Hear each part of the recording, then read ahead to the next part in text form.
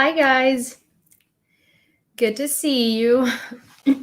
so, uh, so today there is not like that many crazy updates or anything that's super fascinating or very new. I feel like all of the crazy updates happened yesterday. Hi Lauren. Hi Taz. Hi Armin. Um, How am I feeling? I'm feeling okay. I went to bed again at like 5 in the morning because hi Praxis, hi Joe, because hi Mark, because basically we were editing the Wednesday brief for a while. Because it seems like there is not that much editing, but because we are figuring out the style, the transitions, the things that we want to do, we're constantly like updating it and changing it. There is a lot more that's going to be coming to the brief that we didn't have the time to put in to put in yesterday. So the Sunday brief is going to be even better than the Wednesday brief in terms of visuals and stuff like that. Hi, Veronica. Hi, David. Hi, Do. Hi, Gap. Hi, Juju. Hi, Carolyn. Hi, Jillian.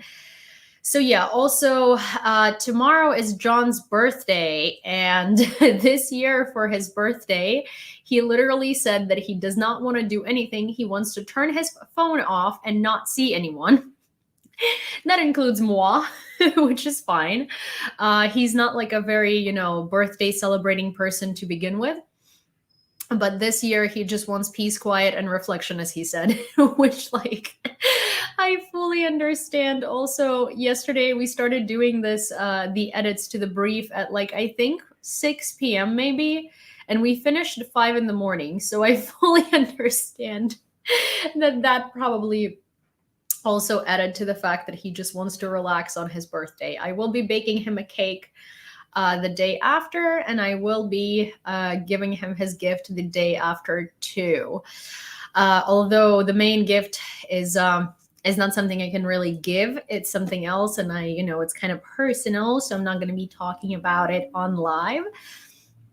But if anybody knows any Japanese calligraphy artists, please let me know. I could use one. Or rather, not I could use one. I'm looking for one quite extensively. Hi, Kat. Hi, Grumpy. Hi, Noemi. Hi, Fiona. Hi, Nomad Cat. Hi, Noemi. Again, oh my gosh. Hi, Sherry. You got this. Thank you. I don't know if I got this, but we will see. So I really hope that you enjoyed the Wednesday news brief. I really hope that you enjoyed the new thumbnails. I think they're much easier to see in the sea of thumbnails. And I did take all of your advice into account. I posted on YouTube. Hi. Oh my gosh. Hi, everybody on Twitch. Good to see you. Haven't seen you in a while. Hello. But so basically, yes, I did take into account all of your suggestions under the community post on YouTube. A lot of you were saying that you like the format of the newer thumbnails better, but you like the fact that the first ones are colorful. So I just kind of merged the two, and now we have what we have. Also, I think we're having a raid. I think we're having a raid on Twitch. So hello, everyone. Good to see you. How is everyone doing? So, hi, Dave. So I do want to say that most of the intense and crazy news happened yesterday. First of all, if some of you haven't heard, Germany almost had their own version of the January 6th insurrection, but it was intercepted before it could happen. Basically, there was a coup d'etat that was planned on the German government, and it was planned by a couple of people from the German novelty, some of the ex-parliamentary figures, and some of the ex-German military figures. Now, a lot of these figures have strong connections to having served in East Germany.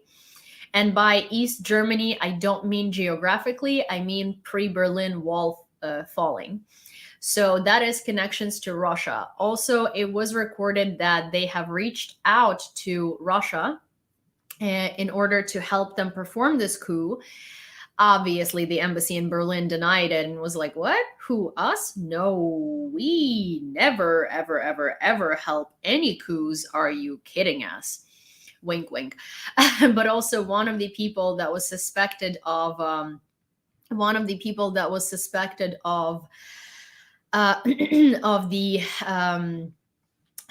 sorry, let me just drink a little bit of this, because I keep needing to clear my throat. And basically, one of the people who was suspected of organizing this coup is a Russian lady who was detained. And so that's only forming like a stronger connection link to Russia helping with this coup. It's crazy. So 25 out of over 50 people who participated in the organization of this event, the event being overthrowing the democratic German government, have been detained and arrested. And there are also still so many more people that are going to be detained and or arrested. There are so many more suspects, and this investigation is obviously going to be ongoing and going to take a long time because, well, it's not easy to plan an insurrection. And obviously, there are a lot of people that partook in that, and a lot of people that we still haven't even heard of.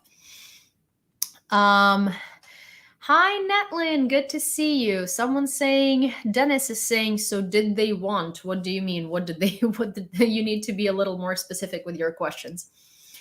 So yeah, so that's one of the things that I did want to point out. There is still ongoing drama with the Russian TV channel Rain that I addressed in the Wednesday brief as well. And I'm going to touch on that today because there are more updates that did not make it into the brief because they came out today. So we're going to talk about them as this newscast progresses. So for everybody who is new here, hi, my name is Yulia. I was born and raised in Lviv, Ukraine, and I moved to the United States 12 years ago at the age of 16 years old.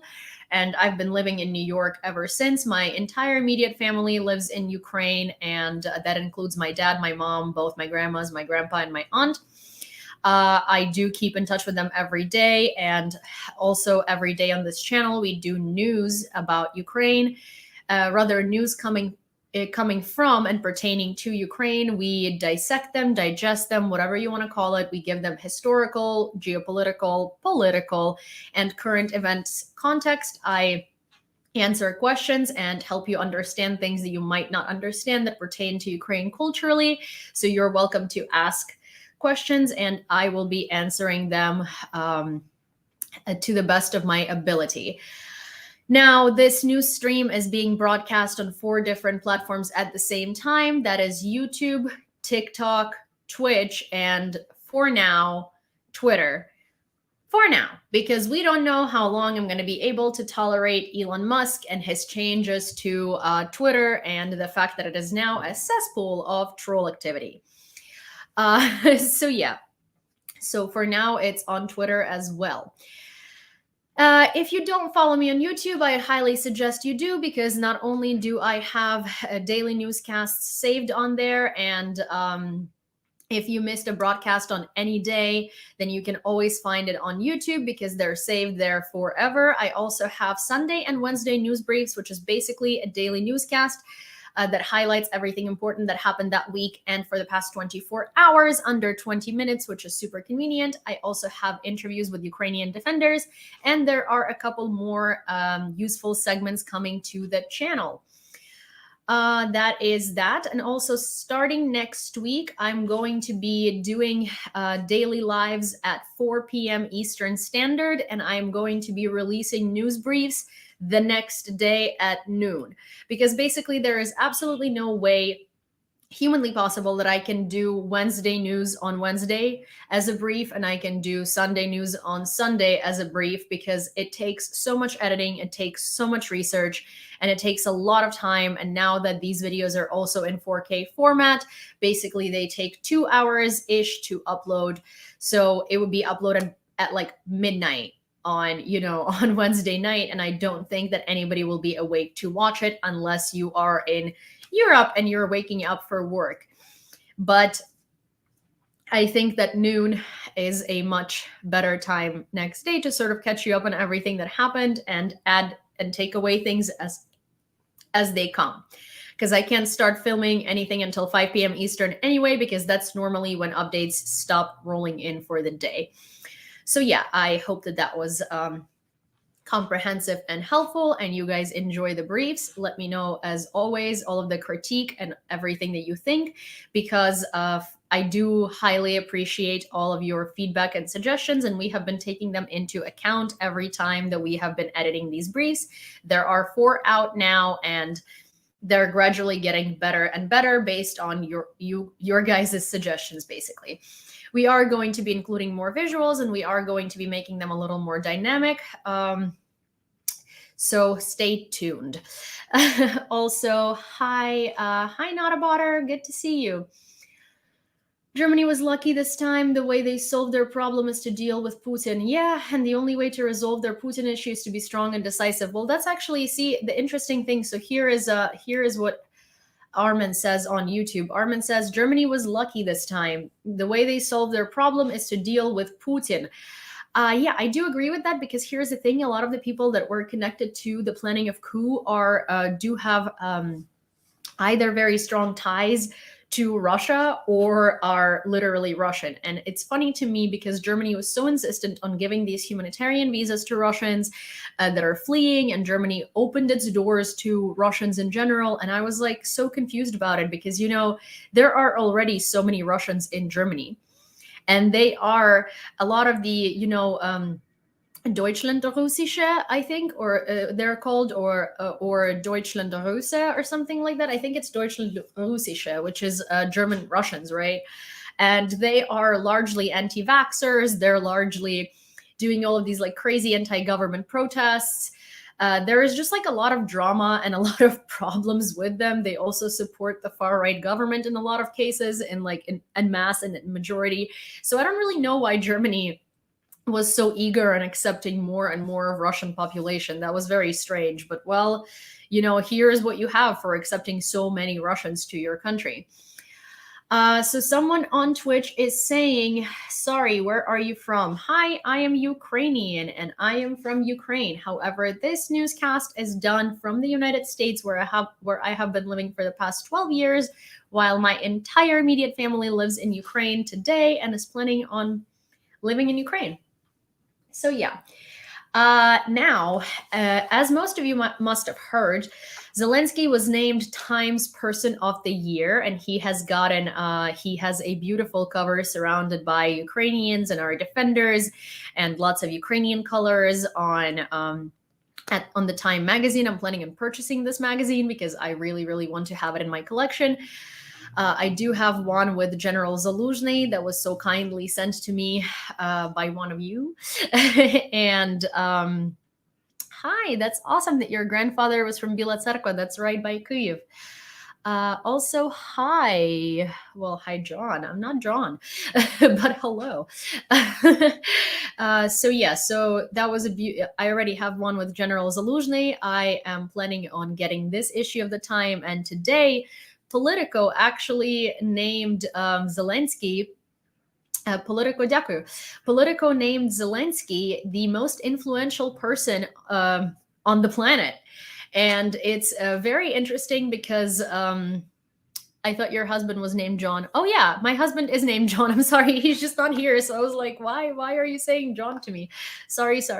But yeah, but basically today Politico also came out with its own list, and Politico has deemed Volodymyr Zelenskyy to be the most influential person on the planet, which is kind of interesting. I mean, a lot of people might disagree with me, and a lot of people might have their own opinions on him. I know that a lot of people love him.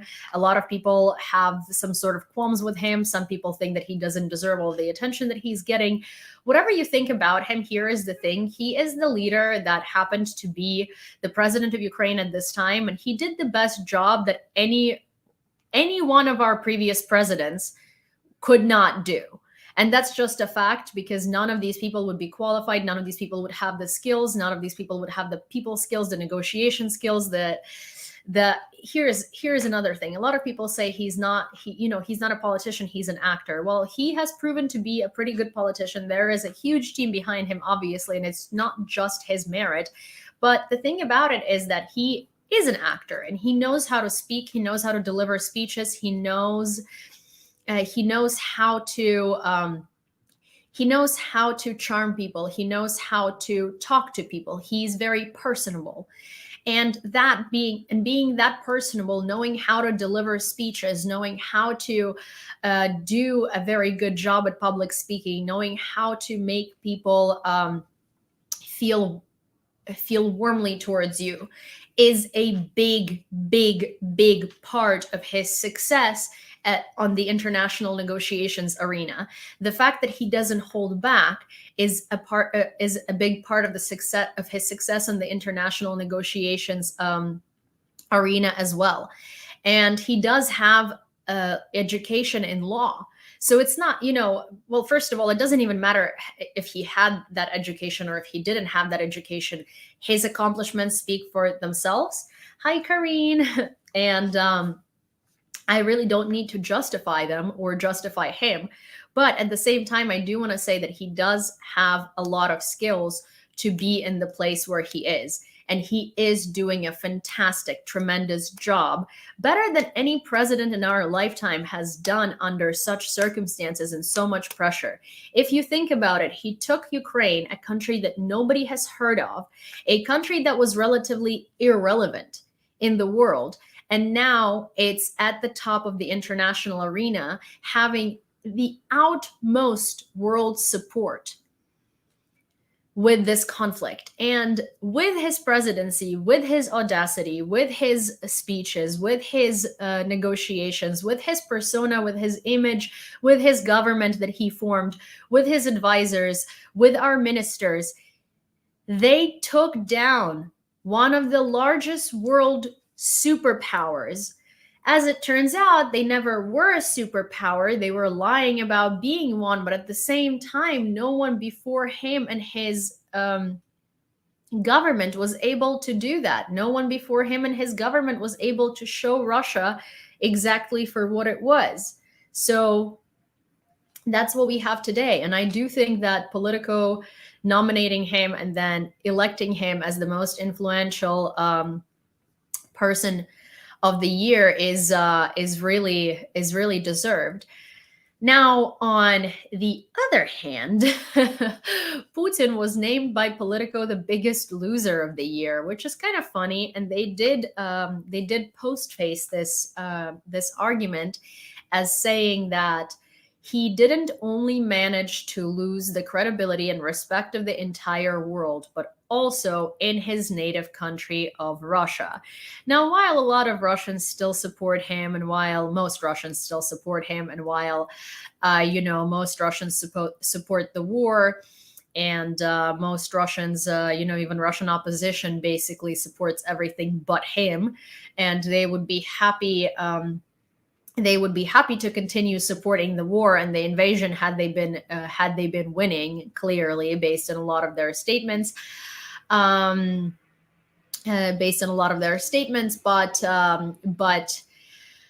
he did lose a lot of respect amongst the oligarchs that are largely not supporting him anymore, amongst his own politicians. He's losing influence everywhere in the world, which is obviously noted by today's events of Kazakhstan refusing to sign the oil deal with Russia. So that is something interesting that we are going to discuss. And it's, he's always had his fist and his grip on the post-Soviet satellite countries. And now even we, as in all of the post-Soviet space, we are saying bye-bye.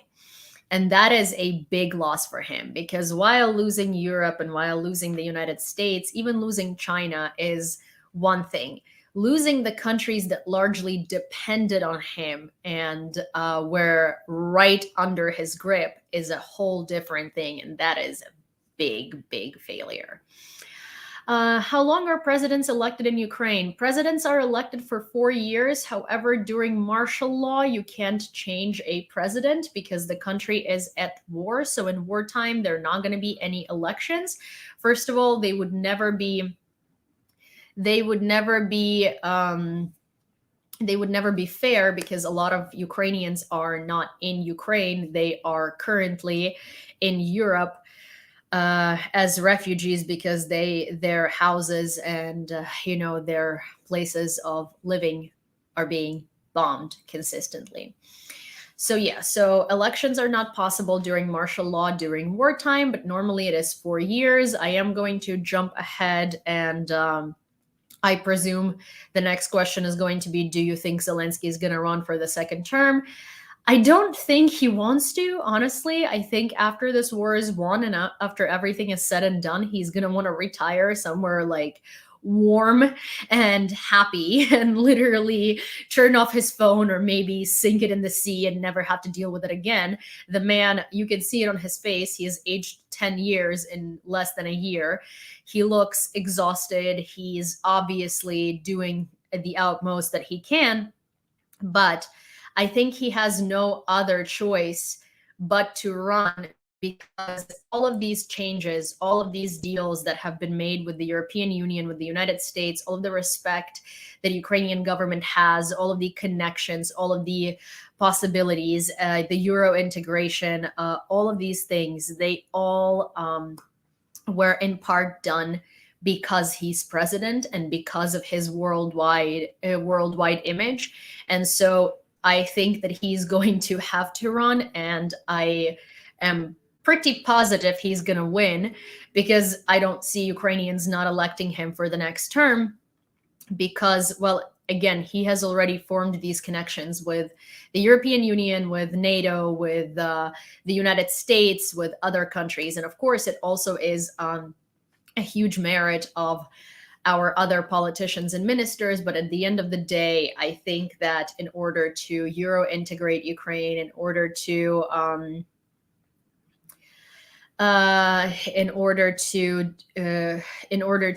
do all of these reforms, in order to basically do all of that, it will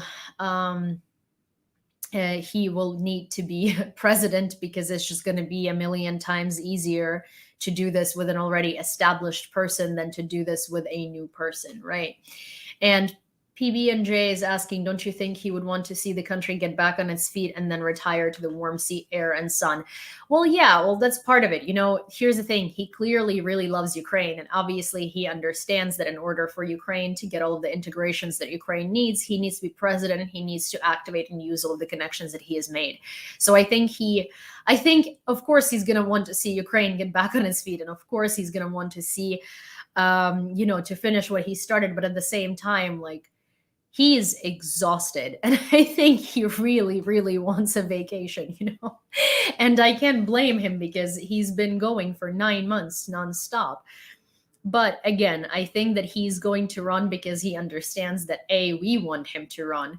B, he is the person who is going to be able to accomplish all of the aforementioned things the fastest and the most efficiently.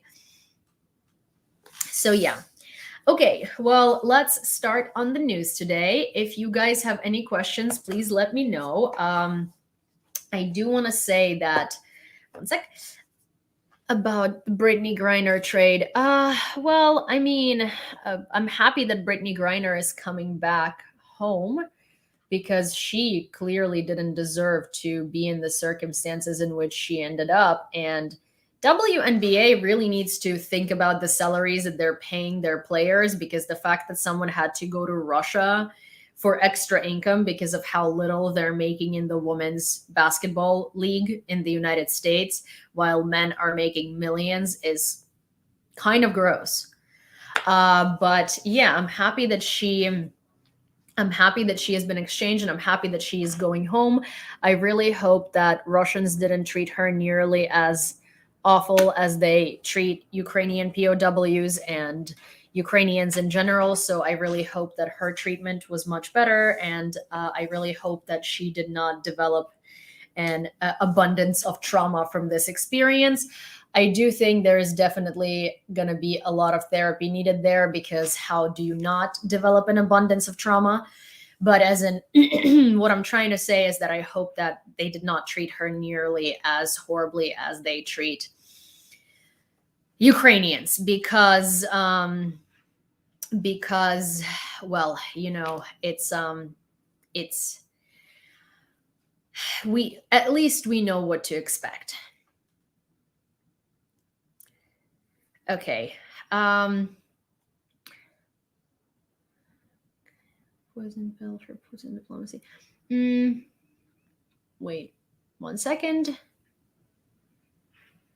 For a while, Russia got him back of a bit of a hash. I don't think the person who set this channel up is on this evening, but I'll see if I can find out. I'm so confused. They need to see it for what it is. So backwards, I don't know. Okay, so I think there is a conversation going on on Twitch that that I am missing a lot of context for. So yeah. So you guys, let me know if you have any other questions. Let me know if you want to discuss something. We are going to discuss Brittany Griner and that topic a little further into the newscast. We usually do a pretty good job on summarizing everything that happened. If you missed if you missed the news yesterday, or you want a bit more of an explainer, Wednesday News Briefly is out on the channel now, and it does talk a lot about the German coup. It does talk about strikes on Russia, and it does talk extensively about TV channel Dozhd, which is Russian opposition media. So yeah.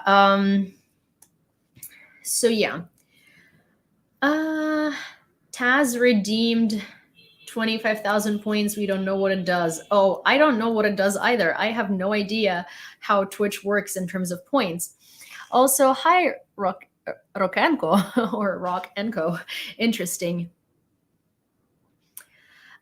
Interesting. So, if you guys have any questions during the newscast, I really highly appreciate if you can do super chats, because sometimes when the chat moves fast, it's hard to see all of your questions, but the super chats do ensure that I see them. They also support me highly. I now also have a subscription feature on YouTube where you can join my channel and you will have access to all of these fantastic cine emojis. YouTube, just like Patreon, is going to start having member-only content, which is like behind the scenes of shooting the videos. And honestly, if maybe at some point I might migrate, well, we will see. You know what? I'm not going to say anything yet. But basically, yes, so there is going to be behind the scenes content, and you can use the awesome cine emojis and Zelenskyy emojis and Yi emojis. And please do let me know which emojis you would like me to add to both YouTube and Twitch, because I already have an ability to add some more emojis for both.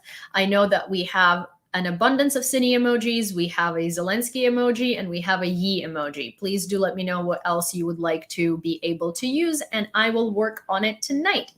So yes, all of your subscriptions and joining the channel is highly appreciated. Right now there is only one tier, and it's $9.99 a month, but I will be adding a lower tier and a higher tier just in case. And yes, all of your gifts and super chats are incredibly appreciated, because they do help me and they do come a very long way. However, you're absolutely not expected to do either, and I will be trying to answer your questions either way. It just is. Well, first of all, when you do super chat, thank you, Netlin. When you do super chats, it's I can easily see them pop up on the screen because they're usually super bright colored. So I definitely cannot miss those. Okay, so let's start on the news. Boom. Let me see. Oh, and also I'm going to be posting a new TikTok today. Ющенко так, Yanukovych так. Sorry. Thank you, Rod. That's actually so. You know what? I'm gonna elaborate on this. Basically, there is a Ukrainian person that came into the chat on on here. Also, I do want to point out that my handle is the same across all of my social media, unless you're currently on TikTok, because this is my backup account. My main account, I can't go live until the 11th because trolls love me. Anyways, so basically, if you want to follow my main account, it's the same as this. It's just Yulia, and all of my other social media is Yulia. So you can find me on YouTube, Twitch, and Twitter.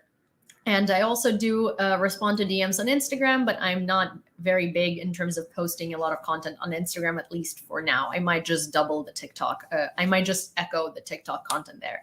But so basically, there is a Ukrainian person that came in onto the stream and said, I'm still Yushchenko, yes. And so during the Orange Revolution, which is a short that just came out recently on United 24 with moi. And as you know, I'm the voice of Ukraine briefly on United 24, or if you don't know, now you do. And this is this is the new episode that just came out, or actually maybe I just talked about it. No, that definitely was the one right before this one. You know, everything merged in my head. But so Orange Revolution was the revolution of 2004 on Maidan Nezalezhnosti, and it was a revolution against Yanukovych, who then ended up being president in 2014 when Maidan happened, when Revolution of Dignity happened.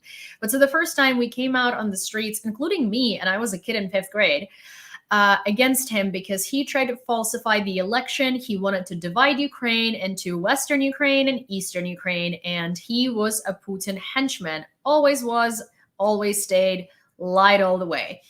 But basically, he falsified the election results, and Yushchenko, who was the rightful victor among the two victors, because Viktor Yushchenko and Viktor Yanukovych, he was the rightful victor of the election, and he was also poisoned with dioxin right before the election. There was a lot going on there. But basically, the country erupted in protest, and the protest happened on Maidan, and one of the main slogans was like, Yushchenko, yes, and the slogan sounds Yushchenko tak. And the unofficial answer to Yushchenko tak was Yanukovych mudak. And mudak in Ukrainian means, well, it's a curse word for calling someone maybe like an S-F-U-C-K, like S-F-U-C-K, you know, something like that. Is it true that Yanukovych was stealing hats in public bathrooms back in the day? Taz is asking on Twitch. Привет, привет. Oh, hi, Winter Raven. Oh my gosh. But so it is rumored that that is true. It is rumored that Yanukovych was doing that. The thing is, like, we will never really know because all of these are kind of like assumptions. He was like a petty thief back in the day. So yeah, I don't know if he particularly was stealing hats in public bathrooms, but he was a petty thief. So chances are, yes, he was. Also, we are going to start strong today with a video of Zelenskyy visiting wounded soldiers in one of the Kyiv's hospitals right after coming back from the Eastern Front. So, as you know, Zelenskyy recently was visiting our soldiers in Bakhmut, and right after he came back from there, he went straight to Kyiv hospital to visit our boys and girls who are fighting for our freedom and independence. And I am going to show you. Takes notes of curse words. No, I don't want to teach you guys curse words. But if you want to talk about Putin or you want to talk about Yanukovych, then you can't say that they are M-U-D-A-K or moo, like cow moos, and then duck. Ooh, moo, duck.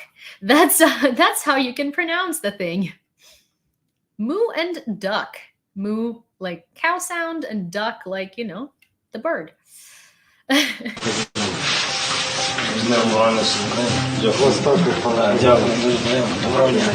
Найважчі ідеї ми заберемо до себе. Доброго дня.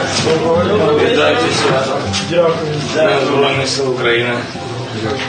Дякую вам за все, що ви робите, як захищаєте нашу державу. Сьогодні наприкінці дня тоді змогли заїхати до вас, але з великою честю хочеться вас привітати і подякувати всім. Ну, вже краще і Вже краще. надіюсь, що це все добре. Вернемося далі, будемо захищати. Дякую вам за службу. Дякую вам, президент. Велике дякую. Будемо бігати. Да, сказали, да, кросфітовські, бігати, все як положено. Все ваше. Дякую вам. Eric, thank you so much for your bravery, a great honor. Thank you so much. Як ви себе почуваєте? Добре, ще пару кінців, так думаю, що вже наш. Одужайте. Дякую. Євген Леонідович. Це залежить. Це факт. Там люди, герої Джекалону виживали. Да, в таких більш складних умовах. Так що я думаю, прорвемося. Одужайте, будь ласка. Дякую. Пан Ярослав нагороджений орден за мужність третього ступеня. Ярослав. Дозвольте привітати вас. Дякую. Ви молодець. Герой, вітаю вас. Дякую. Служу. Дякую. Дякую. Лежіть, будь ласка, я вас вітаю. Дякую.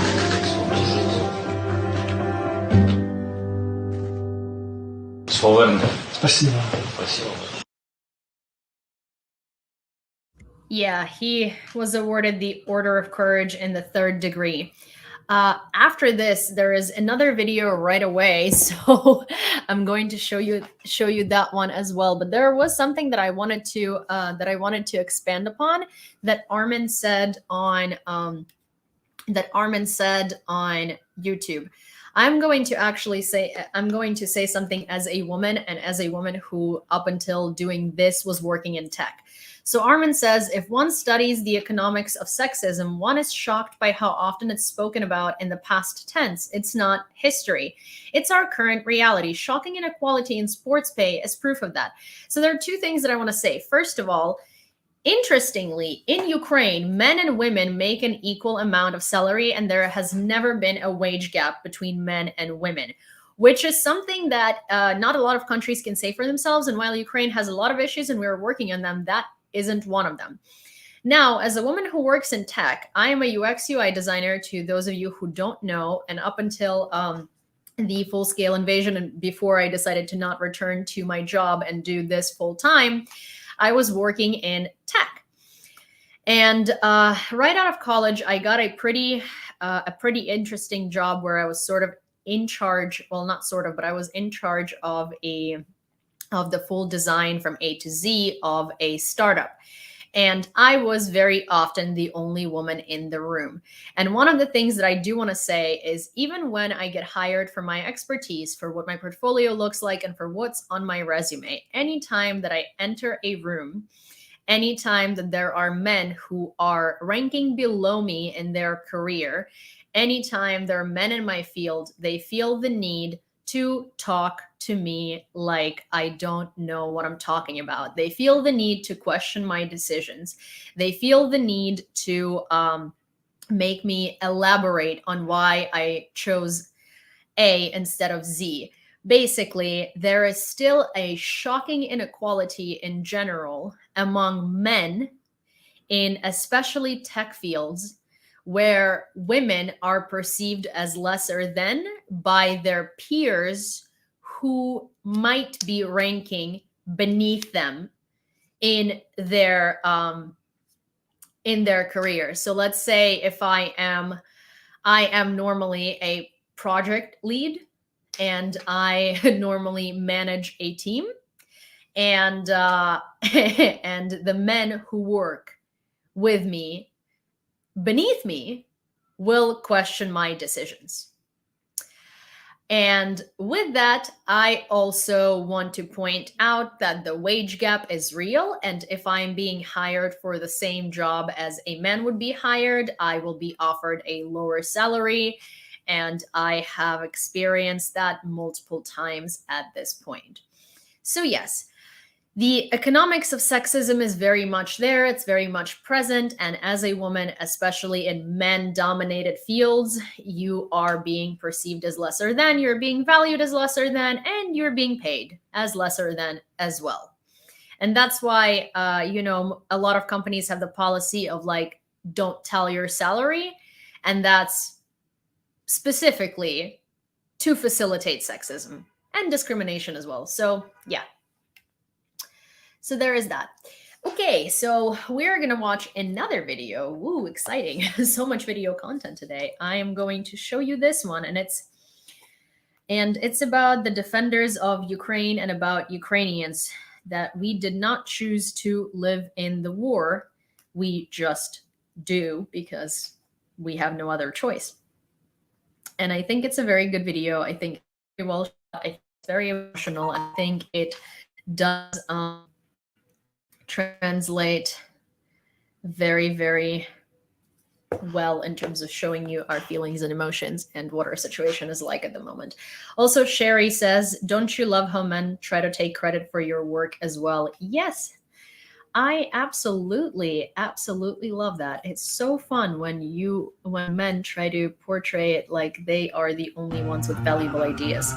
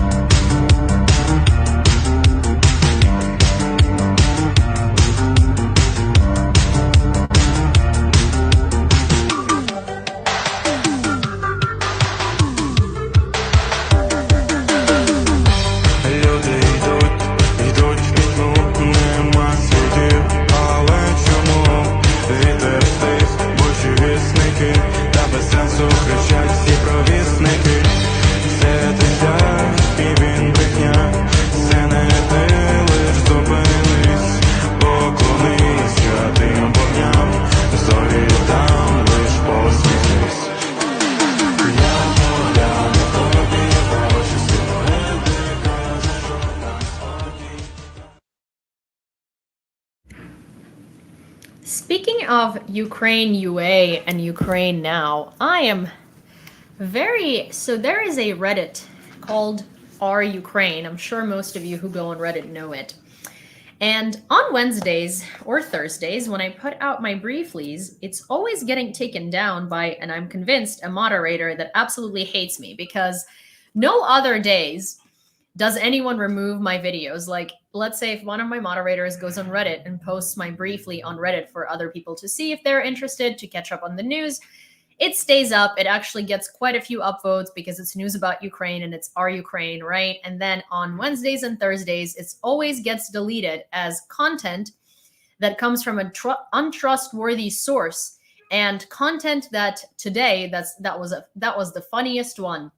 They did say that they try to keep our Ukraine to content that's relevant and to content that has a lot of effort put into it. And I was like, oh, so my videos don't seem like enough effort put into them for you. Okay, well, thank you.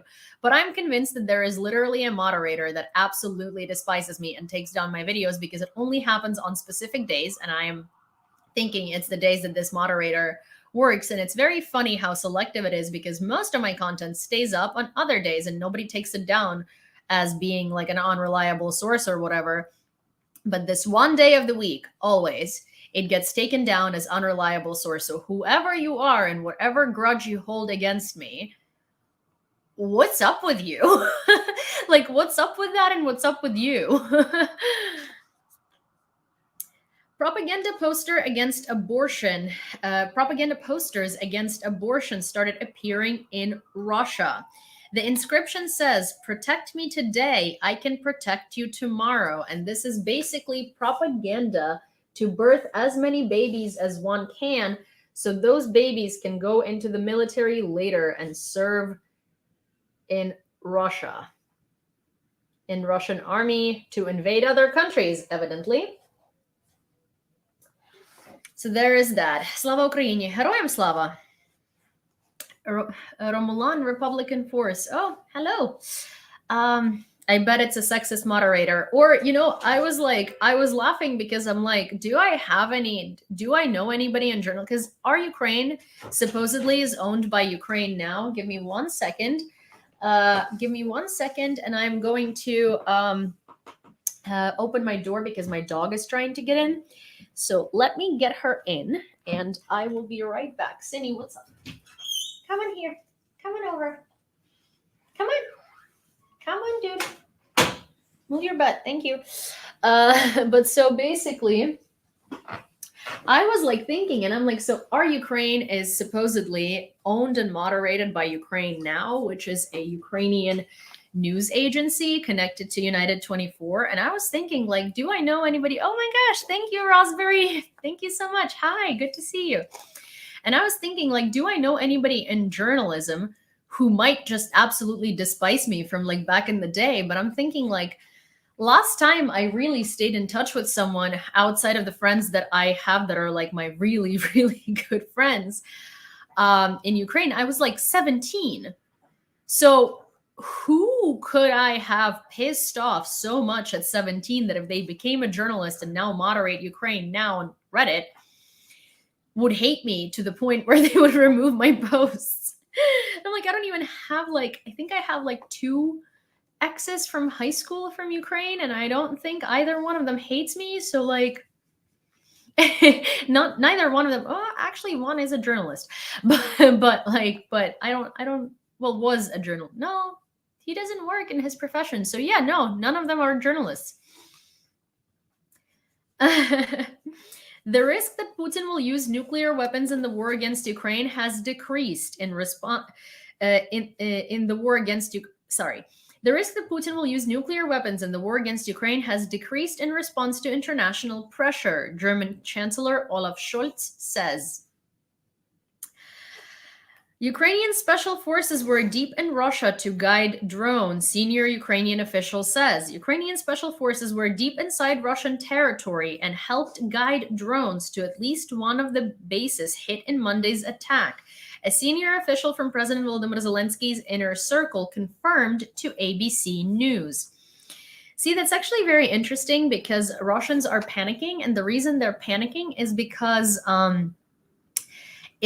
they thought they were safe on their home turf, right? They could hit Ukraine as much as they want, and Ukraine can't hit back because we are not being given weapons from the West that could allow us to hit Russia. And if we are being given weapons from the West that could, the West specifically says we cannot use them to hit Russia. So Russia up until now was just going over there unpunished, right?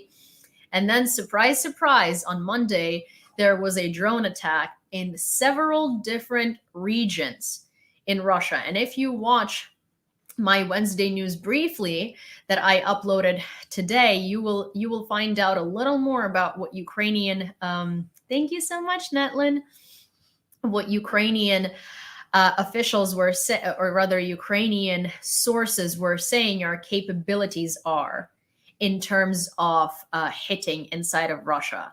Some say we have no restrictions whatsoever based on this current technology, and we could hit as far as Siberia. More on that is in my Wednesday brief. Okay, losses of the Russian occupiers in Ukraine as of today amount to 93,080 personnel. Volodymyr Zelenskyy became the most powerful person in Europe, according to the American edition of Politico. Europe is changing. The continent is reassessing its strategic relationships, getting serious about defense, rethinking policies on trade, accession and energy security. Broadly speaking, it's rethinking what it means to be European. And that's largely because of Ukraine's comedian turned president. This is not the first time in recent years that Ukraine has been attacked by Russia. The country has seen its elections hacked, its gas supplies cut off, its territory violated. But until Russian President Vladimir Putin's latest assault, the rest of Europe did little. There were false dawns in 2004 when the Orange Revolution promised a pro-European government, and then again in the Euromaidan protests in 2014, which once more signaled closer ties between Ukraine and Europe. But these largely petered out. The reason why things are different this time is because of Volodymyr Zelenskyy. And that is incredibly true. That is the speech that I was giving you in the beginning of this newscast, that the reason why we are where we are in terms of Europe, we are where we are in terms of all of these, the European course, in terms of all of these connections, in terms of all of the stuff that got done during this invasion, is quite literally because of Zelenskyy. And that's incredible. Hi, Eric. Hi, Eric. Good to see you. Meanwhile, Putin was named loser of the year. The reason for this was his failure in Ukraine, which led to the loss of reputation, not only in the whole world, but also in Russia. The UN High Commission on Human Rights published a report on 441 killings of civilians in Kyiv, Chernihiv, and Sumy regions of Ukraine between 24th of February and 6th of April 2022. The report documents the violent deaths of 341 men, 72 women, 20 boys, and 8 girls. All of them were victims of the Russian military. The report describes in detail 100 killings. Of these, 30 cases were extrajudicial, executions in custody. 27 were murders on the spot, and 43 people were attacked by the military on the street while riding a bicycle or in a car. The U.S. presidential administration is considering the transfer of cluster munitions to Ukraine, as per CNN. The White House has been considering Ukraine's request for their supply for several months and has not rejected it. The U.S. considers this option as an emergency. The Ukrainian side is asking for cluster munitions for HIMARS and 155mm howitzers. The United States has considerable stocks of such ammunition, as they have been withdrawn from service in the country since 2016. Cluster munitions are banned by the Convention of 2008. It has been signed by almost 100 countries, but Ukraine, the United States, and Russia have not joined it. The latter actively uses such ammunition in Ukraine. Also, Russia has been using a lot of so many forbidden weapons in Ukraine. Phosphorus, for one. Then there were reports of tear gas being dropped onto Ukrainian soldiers in Bakhmut, literally into the trenches, and poisonous gas, and like just so many crazy things. And they're not just like, you know, dispersing these things. They're quite literally throwing them off of drones. The governor of the Belgorod region announced the shelling of the village of Yakovleva. He says that the shell fragments damaged the power line. Boo-hoo! I wonder how that feels when the power line is damaged by shelling. Strange, right? But also, I don't really see Ukraine striking civilian infrastructure, because striking civilian infrastructure is quite immoral. And Ukraine, normally we only target military targets. That was, you know, such redundant statement, but we only target military bases and ammo depots and stuff like that, strategically important objects. On December 6th, a trident was installed on the roof of one of the high-rise buildings in Dnipro. Previously, there was a 5-pointed Soviet star. Oh my gosh, I swear, how many more times can this camera just roll off, because this camera absolutely hates me today. Okay, so this is the trident. This was the 5-pointed star, the Soviet star, which, yeah, has no place to be there, because why would it? Oh.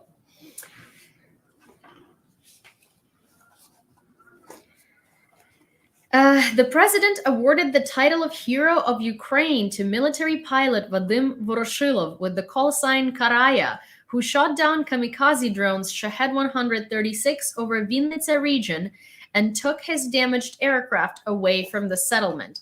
I posted photos of him today, and I posted a little bit about his story on a YouTube community tab today. So this is a photo of him. He is a MiG-29 pilot. His name is Vadim, and his call name is Karaya, and he is Grumpy. He's saying "Ще не вмерла Україна, ні слава, ні воля," which is a part of our national anthem. So he says "stand up" in terms of like Ukraine stand up. So yeah, the president awarded a title of the hero to him, and it's the Order of the Golden Star. And the reason that happened is because, well, first of all, his aircraft was severely damaged, and it was, he needed to eject the aircraft. He was right above a densely populated area, and so he managed to steer the aircraft away from the densely populated area, and then he ejected himself. Now he did have some injuries, and he was hospitalized, and he did get patched up, but he promptly and swiftly posted a photo of himself in the hospital with like a couple of bandages on his face and on his neck, saying, "We keep going." So he is back at it as far as it looks. Uzbekistan refused to join the gas union with Russia and Kazakhstan. According to Uzbekistan's energy minister, his country cooperates only on a commercial basis and will not adhere to political conditions in exchange for energy resources. See, that's a very big one, because this is post-Soviet satellites, and also not very economically out there post-Soviet satellites refusing to side with Russia. And that's genuinely amazing, because that shows just how little influence Russia has left. Because normally these countries would be dependent on Russia, and they would do as Russia says because they need the resources. And now they have the ability to just say no, because, well, no one considers Russia to have any influence over them. U.S. Senate blocked a Republican bill to cut military aid to Ukraine, according to the Washington Post. They noted that there would be no audit or suspension of U.S. military aid to Ukraine. Estonia, following Latvia and Lithuania, has stopped broadcasting the Russian TV channel Dozhd. If you guys haven't seen the Wednesday news briefly, I explain in depth, sort of, well, under 20 minutes, but in depth, what happened with the Russian TV channel Dozhd, which is Rain TV, and it's Russian opposition media. I do want to add, which is something I didn't say in the newscast, but in 2014, when Crimea was annexed, they had a special stream glorifying our president, Russian president, their president, glorifying their president for returning Crimea home and reuniting all of the Soviet people that have been wanting to live in Russia with Russia. And it's a day of celebration and a day of cheering, and Crimea belongs to Russia. So that's Russian opposition media, everybody. The reason why Ukrainians keep telling you to stop believing in the good Russians, in the liberal Russians, in the Russian opposition is because it's the same Russians. They support the war, okay? They don't support it because Russia is losing. They don't support it because sanctions. They don't support it because their wallet hurts, not because there is a genocide in most cases. And the reason why we tell you to not support them is because they have the same imperialistic beliefs. They believe Crimea and Donbass should be with Russia. They just don't like Putin. Head of the Bundestag's Defense Committee, Marie-Agnes Zimmermann, confirms that the US will support Germany's decision to transfer tanks to Ukraine. Our partners expect Germany to fulfill its obligations. We must not leave Ukraine. You need tanks. Russians brought Grad systems to the territory of occupied Zaporizhzhia nuclear power plant, according to Energoatom. The most likely version of the provocation, shelling of the opposite bank of Dnipro, in particular Nikopol and Marhanets, from the Zaporizhzhia nuclear power plant site. Chairman of the Joint Chiefs of Staff, General Mark Milley, said that Russian attacks on Ukrainian infrastructure have not only failed to break the back of Ukrainian civilians, but have also strengthened resistance to the Russian invasion led by Vladimir Putin. The SBU found Russian passports of priests in the diocese of the UOC, Ukrainian Orthodox Church of the Moscow Patriarchate, the flag of Novorossiya, passes of federal advisors of the Russian Federation. Novorossiya is New Russia, and this is what they call Donbas region. Prayers for Russia, a collection of icons stolen from the house of the honorary consul of Lithuania, and much more. All this was found during searches in Kherson, Cherkasy, Zhytomyr, and Volyn regions. The priests of Kherson were especially distinguished. Russian passports were found in their possession, and the rector of the Assumption Cathedral was present in the Kremlin Hall during the announcement of the annexation of 4 regions of Ukraine. He managed to leave a few days before the liberation of the city. Here is what all of these beautiful items look like. Sini, what you doing?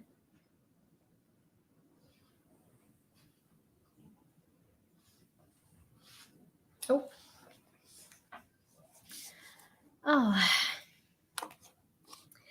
Putin officially confirmed that Russia is deliberately attacking Ukraine's energy and civilian infrastructure. Yes, we are doing it. But who started it? Who hit the Crimea bridge? Who blew up power lines from the Kursk nuclear power plant? Who does not supply water to Donetsk? Failure to supply water to a city of millions is an act of genocide, he said. Oh, is it? I thought it was occupied by you. I thought you wanted Donetsk. So why are you telling us what to do? It should be noted that officially representatives of the Ukrainian Special Services rejected the accusation of involvement in the organization of the explosion on the Crimean bridge. Also, the funny thing is that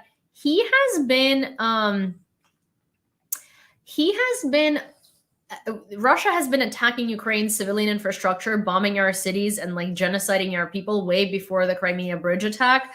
So that's kind of funny that they would be using that as an excuse, because quite literally, what are you talking about? You bombed Mariupol to the ground, Bucha, Kyiv, since the first days of the invasion, the strikes on Lviv, like the strikes on Kherson, the strikes all over Ukraine, Kramatorsk, Kremenchuk. Are you kidding me? I don't see a copy of Sims 3, so it's not a spy. Oh my gosh, that's so funny, because in the beginning they were trying to accuse Ukrainians of being Nazi spies, and they put like photos of Hitler and like, I don't know, t-shirts with swastikas, and then like copies of 3 Sims 3 games over there as like proof that Ukrainians are Nazis. And I thought it was so funny, because I'm sure that someone said, hey, I need 3 SIM cards, and they just got 3 Sims 3 games. Slovakia will give Ukraine about 300 power generators in December, Ukrainian foreign minister at a joint press conference with Slovak foreign minister said. SBU, Security Bureau of Ukraine, exposed a Ukrainian company that supplied spare parts for military equipment to Russia. Since the beginning of the invasion, the machine-building plant in Vinnytsia has established cooperation with Russia and supplied equipment for the occupiers' equipment. Yeah, we will have traitors and treasoners. That's very upsetting. Honestly, I think it's more upsetting when I hear about Ukrainians doing really upsetting things than it is like about Russians. And, you know, sometimes I'll have like Ukrainians arguing me in my comments about something petty and stupid. And I'm like, really, this is what you want to do? This is what you want to do right now? Slovak government approved a new package of military assistance to Ukraine. Ukrainian foreign minister at a joint press conference with Slovak foreign minister says. This is ammunition, large calibers, also for fighters, warm clothes, other equipment. European Commission and EBRD allocate 1 billion to develop solidarity corridors with Ukraine. This is created to deliver Ukrainian exports to European and world markets. But hasn't Russia been in Donetsk for like 8 years and they haven't connected a water supply? Yeah, exactly. That's the whole thing, that, like Russians haven't done anything in order to increase infrastructure, in order to better the infrastructure, in order to like kind of develop these regions, because they don't care about these regions. That's the whole point. They don't care about the fighters from DPR. Like they don't care about any of this. Like this wasn't done because of the people or for the people. This was done just to exercise control. That's what I've been saying the whole time. Armin says, meanwhile, the man who runs the Wagner group has literal Nazi tattoos all over his body. Yeah, like the chevrons and the literal eagle with the Nazi symbol. It's like insane. Okay, so here is a photo that I really want to show you. So the first photo shows the cemetery of shells. The second photo shows the graves of those who died as a result of Russian attacks in Kharkiv. Behind every shell is someone's life. This was all done to punish you. Sorry. There is this. And it says this was all done to punish Ukraine for rejecting Yanukovych on Twitch. Well, no, not really. This is not about Yanukovych. The reason why Yanukovych was there in the first place is because Putin was trying to take over Ukraine through a proxy president, Yanukovych. And so it would basically be similar to Belarus, where Yanukovych would be a dictator and he would be doing everything that Putin was saying, and he would just be a face, right? But so this is not because of us rejecting Yanukovych. This is done because it didn't work out the way that he planned prior. But here is the photo. At the top is the cemetery of all of the shells that fell in Kharkiv region. At the bottom are the graves of victims of shelling in the Kharkiv region.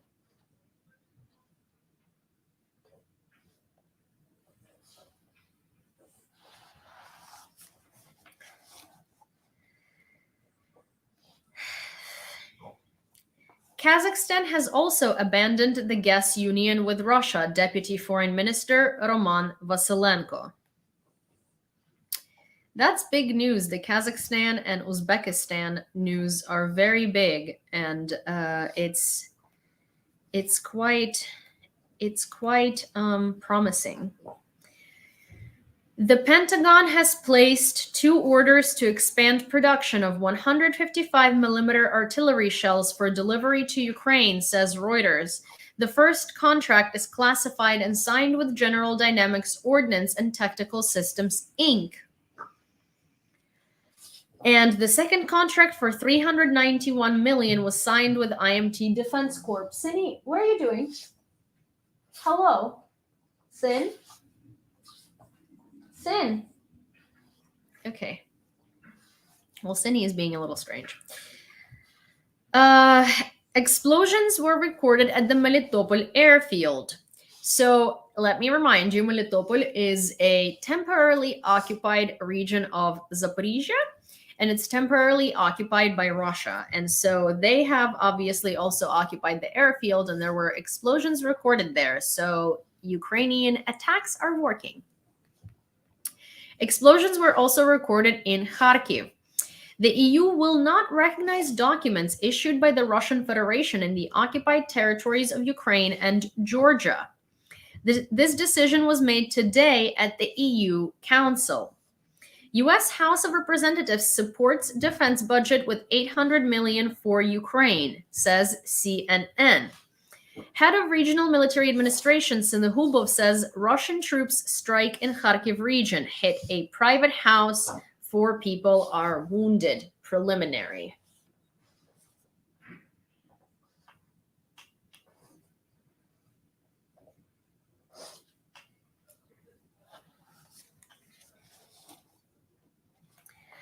The main news for today: Uzbekistan and Kazakhstan refused to join the gas union with Russia.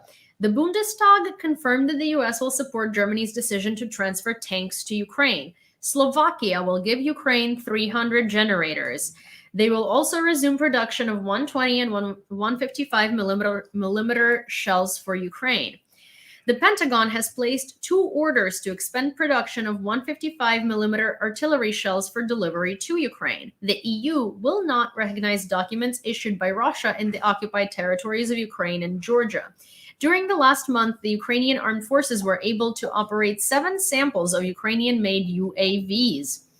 In the House of Representatives approved the defense budget for next year, which includes at least $800 million in security support for Ukraine. The bill must still be approved by the Senate and signed by President Biden, but since the Democrats hold the Senate, I don't see it being so far-fetched. The head of Luhansk Regional Military Administration, Serhiy Haidai, is convinced that at the end of the winter, the defense forces in Luhansk region can reach the demarcation line of 2014 and by 2023 liberate the entire region. More than 200 special forces of the partially recognized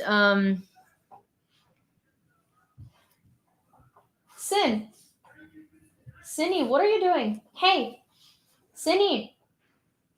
Sin, what's up? Sorry, one sec. Sin, hey, Cinny, what's going on?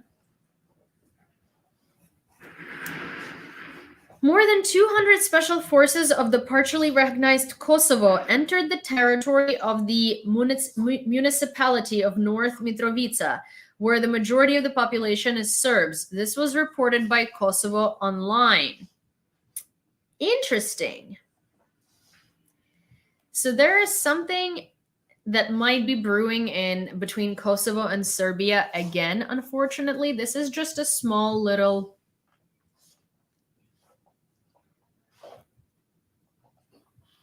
Well, so first of all, Eric is saying millimeter, Yulia. Millimeter, yeah, I don't know. Millimeter, 44 millimeter. Oh, millimeter. Okay, well, when I say millimeter, yeah, okay. Sometimes when I do say things fast, it's like 155 millimeter. It's easier for me to say millimeter. But okay, but basically, yes, so there might be something that's going on between Kosovo and Serbia, but obviously we are not sure. It would be not great if there was some tension arising in that area again, but I guess we'll have to wait and see. We are going to do a recap right now based on the stuff from Kyiv Independent, because it usually summarizes everything we've talked about. No worries, Eric. Everything that we've talked about so far. Hi, Nani Ria, and also might give us some new information, but let me see what's going on with Cindy, because she's going kind of crazy and she's like scratching herself, so I want to make sure that she's okay. One second. Sin, where'd you go? Hey, Sin. Cindy, what's up? Babe, what's going on? Why are you going nuts? Hello. Are you okay? Are you okay, baby? Okay, well, as long as you're okay. I don't know what's going on there. Cindy is in heat, so she has been, she is acting quite weird daily. This was more weird than her normal weird, So I had to make sure that she's okay-ish. Okay, Institute for the Study of War says Putin setting conditions for protracted war of conquest in Ukraine. Russian dictator Vladimir Putin is not planning on ending the war anytime soon, as Russia continues to seek the conquest of additional Ukrainian territory, the Institute for the Study of War said in its latest update. Well, it does not look like he's being very successful in what he's doing anyway. General Staff says mobilized convicts deserted Russian army in Donetsk Oblast. Around 20 mobilized former convicts deserted the Russian army in the Russian-occupied city of Yasinovata in Ukraine's eastern Donetsk Oblast, the General Staff of Ukraine's armed forces reported. According to the General Staff, the convicts escaped while being transported to combat positions. 3 of the escapees were killed by Ukrainian forces during a search operation, said the General Staff. Russia heavily shells Nikopol in Dnipropetrovsk Oblast overnight. Russian attacks kill 15 people, injure 17 over the past day. Media says explosions were heard in occupied Sevastopol. Sevastopol is Crimea. According to the Krim Reali media outlet, a powerful explosion was heard over central Sevastopol in Russian-occupied Crimea on the morning of December 8th. Media says Turkish company to supply Ukraine with electricity via Romania and Moldova.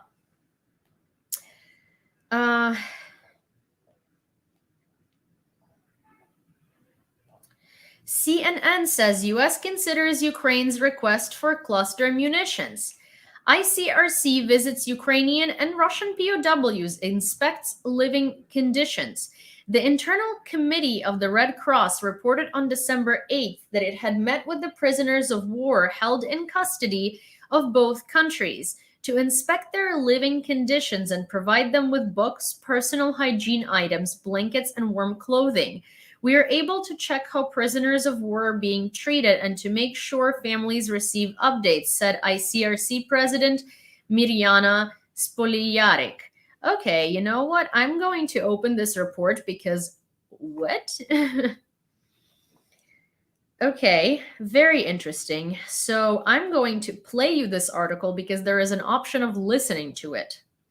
You know what? Here's what we're going to do. I'm going to send this article to my computer. I'm going to share my screen and how we're going to read this article together. And then I'm going to comment on it because why not? One sec. This is ridiculous. I don't know what they're talking about because we as Ukrainians consistently keep saying that we don't hear from our POWs, especially those from Azov Regiment, and that's a big problem because they're not only not getting exchanged, but we also don't hear anything about them. And they're right now saying that we are not, that there is no issue, and the ICRC was able to visit the POWs in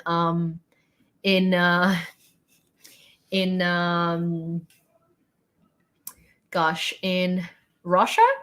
Well, why weren't they able to visit them earlier? Share screen. Okay, so Chrome tab, share, and boom. ICRC visits Ukrainian, Russian POWs, inspects living conditions. The International Committee of the Red Cross, ICRC, reported on December 8th that it had met with the prisoners of war held in the custody of both countries to inspect their living conditions and provide them with books, personal hygiene items, blankets, and warm clothing. We are able to check how prisoners of war are being treated and to make sure families receive updates, said ICRC President Mirjana Spolijarik. The ICRC has conducted 2 visits to Ukrainian and Russian detainees in the last 2 weeks, and is planning more by the end of the month, according to the report. The committee added that all POWs have the right to regular meetings with ICRC delegates under the Third Geneva Convention. While the recent visits are important to progress, the ICRC must be granted unimpeded access to see all prisoners of war repeatedly and in private, wherever they are held, reads the report. In a statement on October 14th, the ICRC said it had been barred access from thousands of captives in Ukraine since the start of Russia's full-scale war.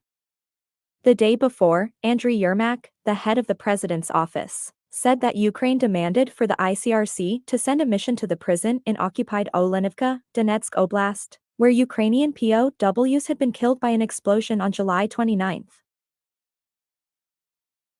I'm sorry, this is so interesting that the report said that Ukraine denied ICRC access to Russian prisoners of war. Are you joking?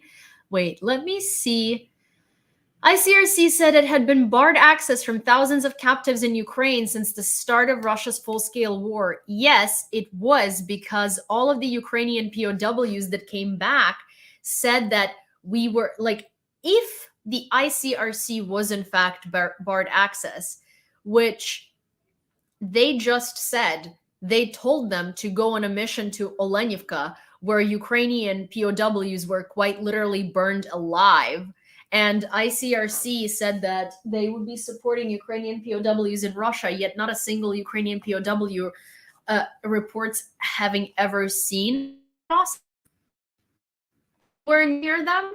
So it's really funny that they would be trying to put the blame here on Ukraine. Meanwhile, they weren't able to fulfill their obligations of checking on Ukrainian prisoners of war.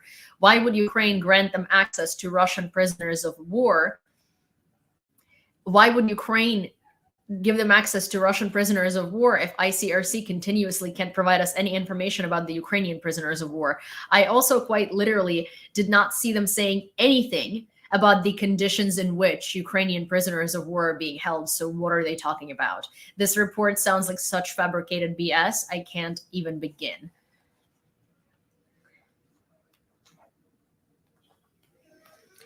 Energoatom says Russia places Grad rocket launchers next to the Zaporizhzhia nuclear power plant. Ukrainian documentary film on MH17 is going to premiere at Sundance Film Festival. The world premiere of Iron Butterflies by Ukrainian director Roman Lyubey will take place at the largest independent film festival in the US in January 2023. This film is dedicated to the passengers and crew of MH17 and all of the victims of Russia's aggression in Ukraine.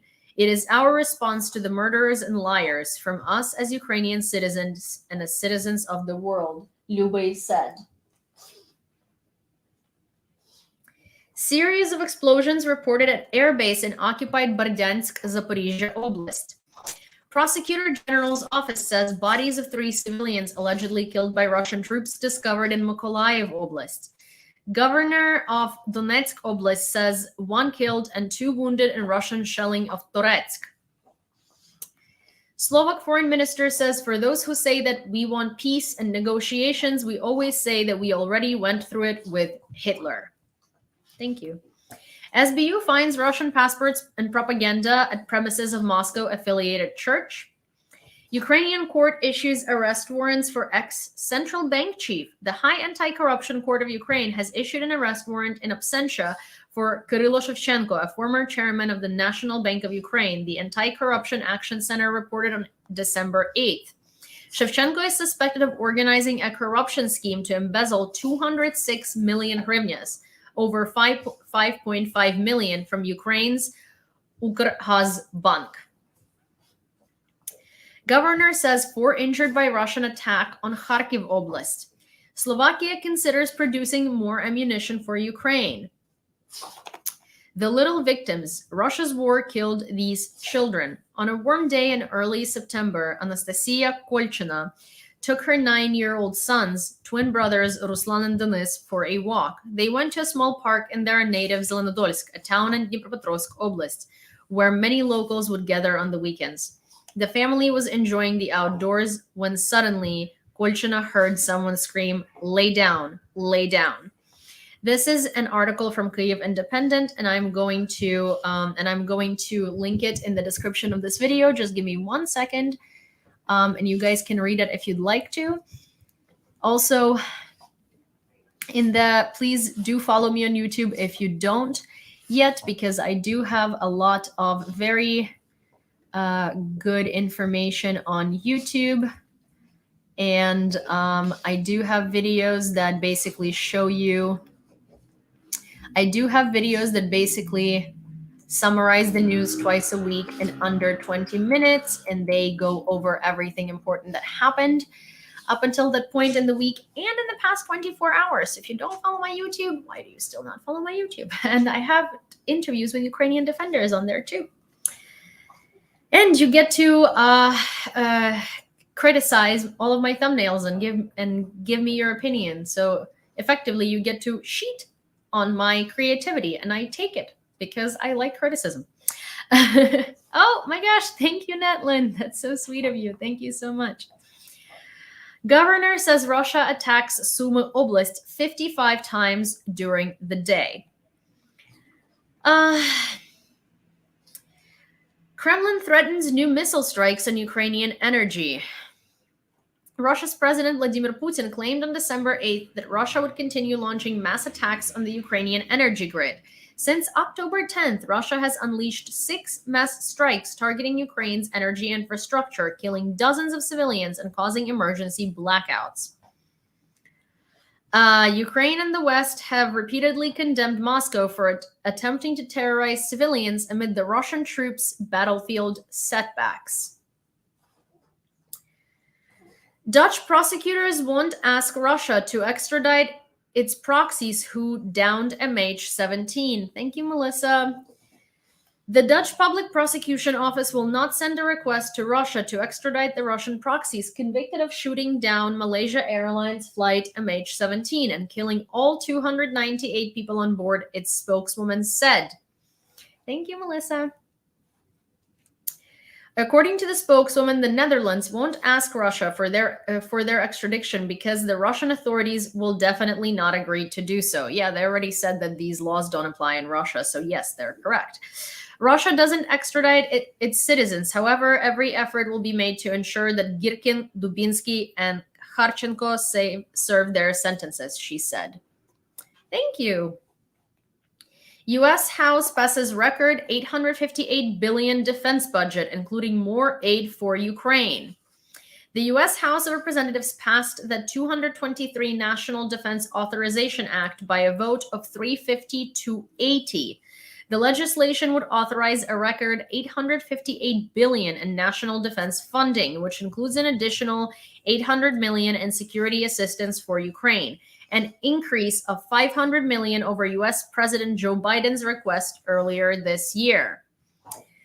Zelenskyy says Russia's mine terror will have to be resisted for many years.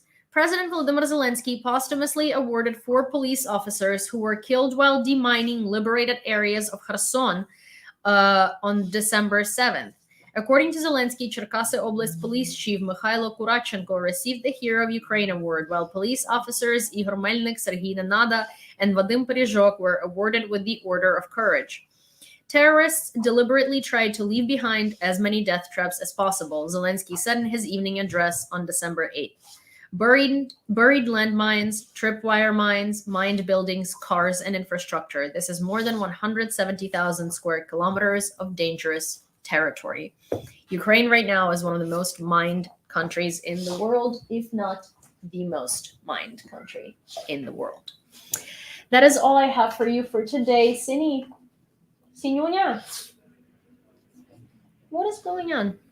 Something's itching her. I need to give her her anti-itch stuff.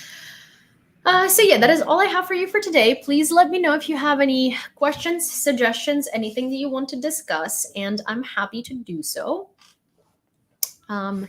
If not, also let me know, and me and Sin are gonna go have dinner and then have a walkie. And I'm thinking of taking a longer walk today because I've been wanting to walk towards the park for a while, but then I usually don't really have time because I have stuff to do. Oh, thank you so much, Daddy Hutch.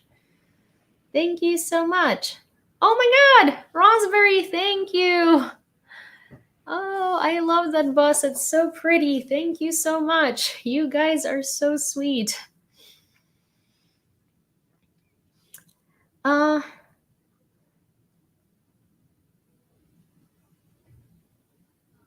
Oh my gosh, yes, wait. I know exactly what Praxis is gonna say. Sorry, I had a headache and that's why thank you so much. That was so sweet. Sorry, so Praxis said, so I didn't bring this up in the last live stream because I didn't want you to like basically stay later with the headache. But yeah, let me, I know exactly what you were talking about. And I have the link because actually a couple of Canadians let me know. Oh my gosh, cute little Twitch thingies. Thank you. But let me show you. And thank you, Neni Ria. Thank you so much. But so this is, stay a while, guys. Stay for a second. Oh my gosh, it's putting out a call. Thank you, Melissa. Oh my gosh. So basically, so here it is. The UCC is putting out a call to action asking Canadians to send their MP an email, call their constituency office, or speak with their MP. So let me see. There was a whole link that I had to this, and I need to find it, but I have so many DMs that it's hard for me to sometimes find something that I was looking for. Oh my gosh. Give me 1 second. I'm just going to try and locate it on my phone, unless someone has a link that they want to send me. But solid plug, Praxis. No, it's a good plug. Wait, I've been asked, Grumpy, could you send me that link again in the mod chat? Because I know you had that link. And I know you too asked me to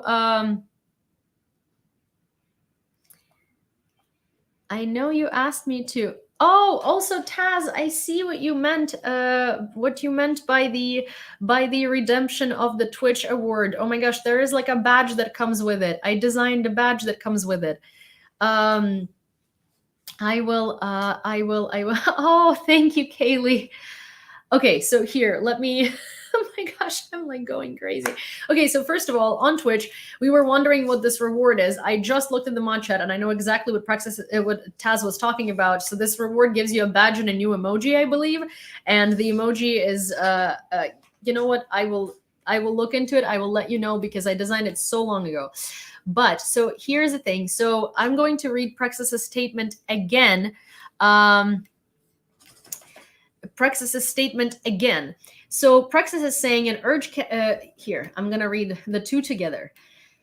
Okay, those with Canadian friends and Canadians to share this with. The UCC is putting out a call to action asking Canadians to send their MPs an email, call their constituency office, or speak with their MP, and urge Canada to designate Russia as a state supporter of terrorism. The article contains a template email that can be used to make it easier as well. So you guys, I'm going to put the link to this article in the description of this YouTube video. So if you don't follow me on YouTube, please consider doing so because you can find it in the description of the video. I'm going to put it out in 5 minutes after the stream, basically. Just give me like a second so I can copy it and I can put it in there. And I'm going to try and put it in my link in bio, but it is definitely going to be on YouTube. It might also be in link in bio. So there it is. Jillian says, I did hear it in the UK. No reply from Rishi Sunak yet, but I did get a reply from my MP. Some good info in the reply, but did not address the main thing. I want UK to designate RF as a terrorist state. Yeah, thank you so much for doing advocacy, Jillian. That's really, really, really sweet of you. I really, really appreciate it. So also one of the things that I did want to say is that the US was looking for alternatives to recognizing Russia as a state sponsor of terrorism and ended up recognizing their actions in Ukraine as a genocide against Ukrainian people, which for now is great. And also is, you know, that's a big step, but it's also good if they, on top of that, recognize Russia as a terrorist state. And then Armin's quote of the day is up, so I'm going to read it, and then I'm going to go. Okay. Denis Diderot said, we swallow greedily any lie that flatters us, but we sip only little by little at a truth we find bitter. Putin tells Russians the flattery lies they love to hear, thus tragedy. Well, yeah, that's the thing. You know, Russians just want to hear that they're the greatest nation on the planet. And that's why everybody is against them, because, you know, everybody is just so jealous of how amazing their life is. And it's funny because, you know, a lot of people were asking me like, but when Russians come to Ukraine, do they not see the level of life? The funny thing is that they do, but it doesn't seem to bother them. Like, they actually think that, you know, Ukrainians are crazy for buying cat litters. Some Russian soldiers quite literally saw cat litters and were like, can you imagine how stupid these people are? They spend money on cat food and cat toilets. And I was baffled. So they don't think that this is necessary. Some of them don't understand. Some of them say that it's disgusting that Ukrainians have bathrooms indoors because it's some westernization BS. Because why would anybody want to have a bathroom indoors? There were interviews with Russian POWs who quite literally said it's disgusting that these people do their business inside of their house. And they were asked why, and the Russians said, "Oh, because I can just go outside and it's not going to have to stink in my house." And the person is like, "You can just flush it. It doesn't just stay there. That's not how it works." Anyways, so that's certain Russians for you. Alrighty, guys. Thank you so much. I really appreciate all of your gifts, all of your support, all of your joinings of my channel, all of your subscriptions to everything that is, that is out there to subscribe to. I'm going to put out the link in the description of this video right after, like maximum 5 minutes after the stream. So check back. Do not forget to watch my news briefly. Also, don't forget the 25% of channels of the news briefly rubric and of these subscriptions will go to the armed forces of Ukraine. Hello, baby. Will go to the armed forces of Ukraine, and all of the views from monetization for Torque's video is gonna go to Torque. So yeah, and thank you guys very much. I really appreciate all of you, and I will see you tomorrow. Bye.